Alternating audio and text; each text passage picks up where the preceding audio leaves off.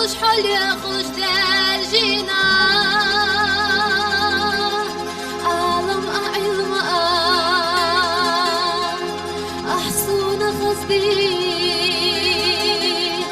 السين دنيا الجوع خارجينا لو مرسل غير غريب صادق أصدو خوش حالی خوش در جینا